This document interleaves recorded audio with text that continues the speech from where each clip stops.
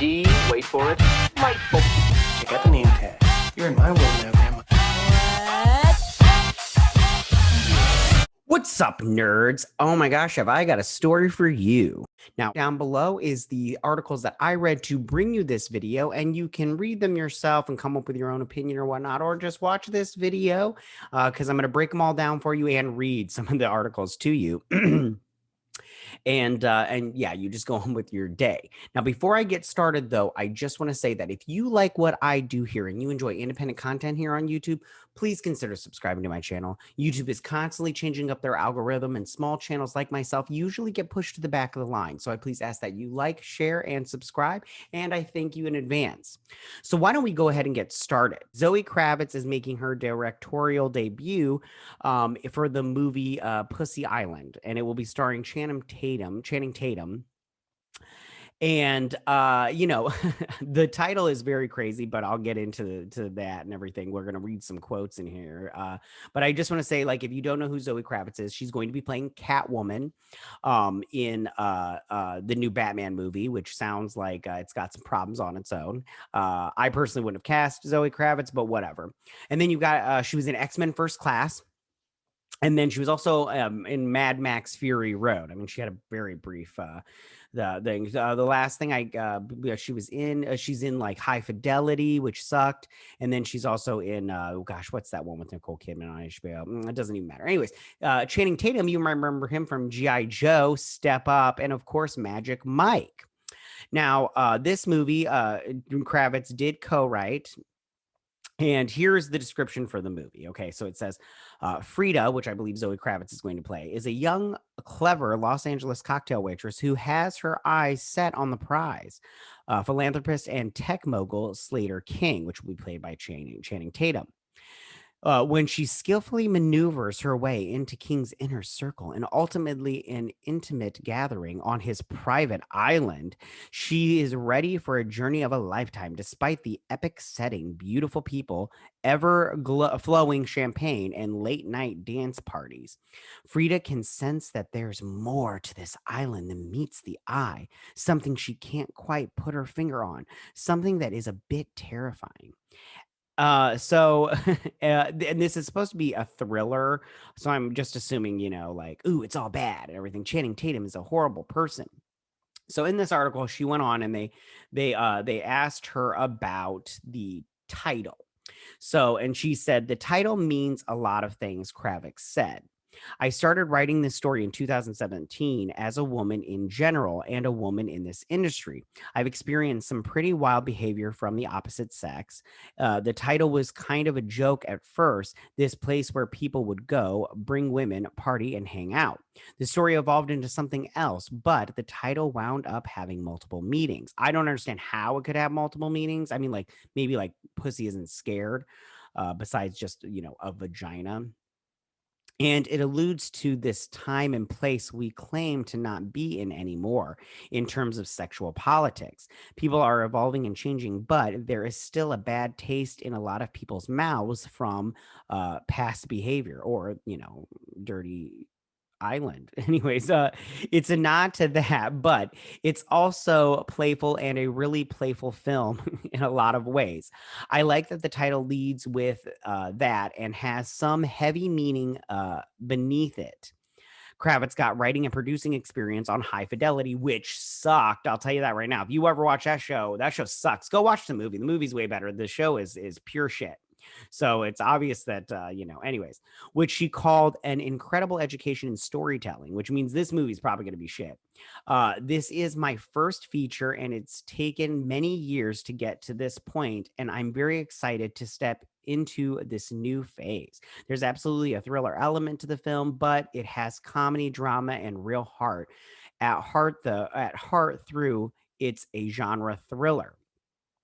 She drilled down on Tatum to play the key character of the tech billionaire, and they've developed the script together, honing the character along with the heroine. Kravitz said, for the female lead, she tried to write a role that would be a dream for her to play with the resolve to give it to another actress so she can fully focus on directing a film that will begin production early next year on an undisclosed tropical island. Okay, so maybe she won't play it. I have a feeling she's gonna play it. These actors and actresses, their heads are too big. They can't, and their egos, they can't just not play a character in their first directorial debut movie. Anyways, Chan was my first choice. The one I thought of when I wrote this character, Kravitz said.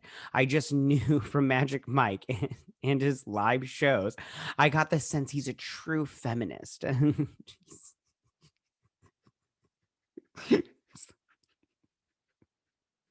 I'm let me read that again.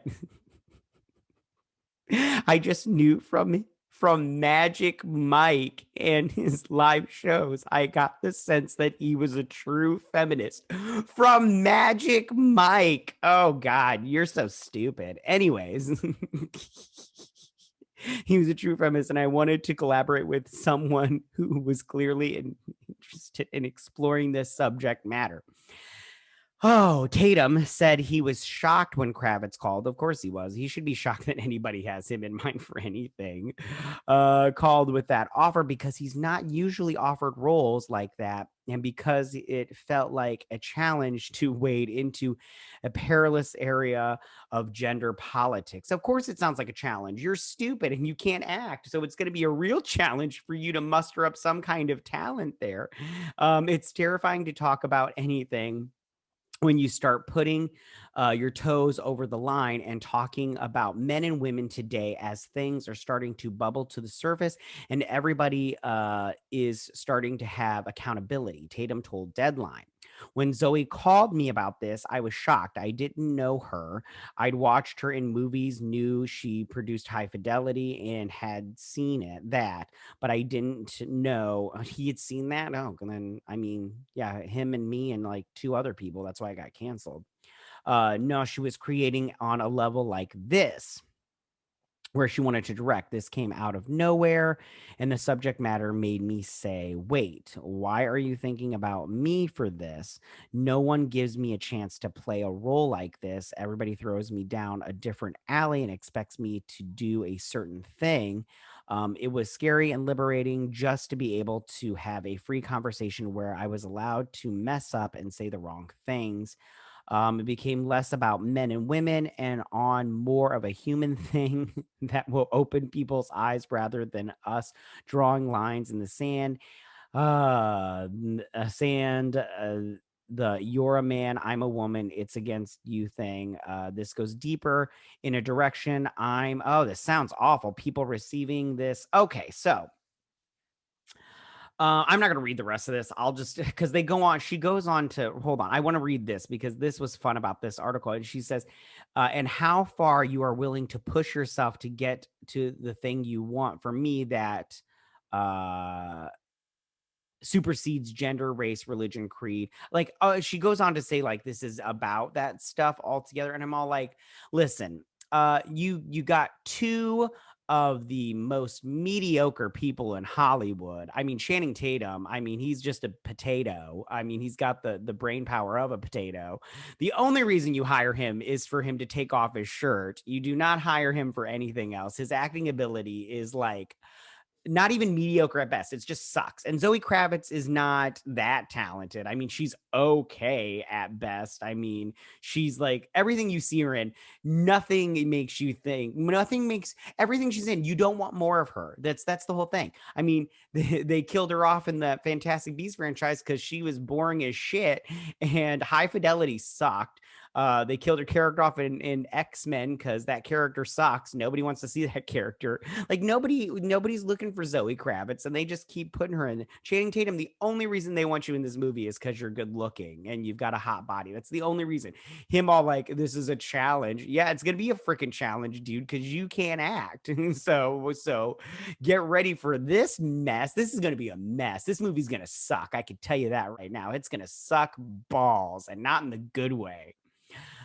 Tell me, what do you guys think about this? How do you feel about Zoe Kravitz and Channing Tatum? Zoe Kravitz directing for the first time. Good for her that she's directing. It's this movie, and Channing Tatum, good for him. I wish nothing but the best for people, but this movie sounds freaking awful, and they just sound so stupid when they talk. Like this whole movie sounds like a big freaking mess, and I love that she's like, it took many years to write it. Yeah, because you had to hone in this stupid idea. Like, this sounds so freaking dumb. Oh, this is a good mess. This is a good mess. I'll probably watch it just so I can talk about how dumb it is. So tell me, what do you guys think about this? You can go ahead and leave all your comments in that section down below. If you like this video, go and hit the like button. I won't mind. If you're new to my channel, please hit that subscribe button. I'd greatly appreciate it. And I will see you guys. You guys have a good week. Bye.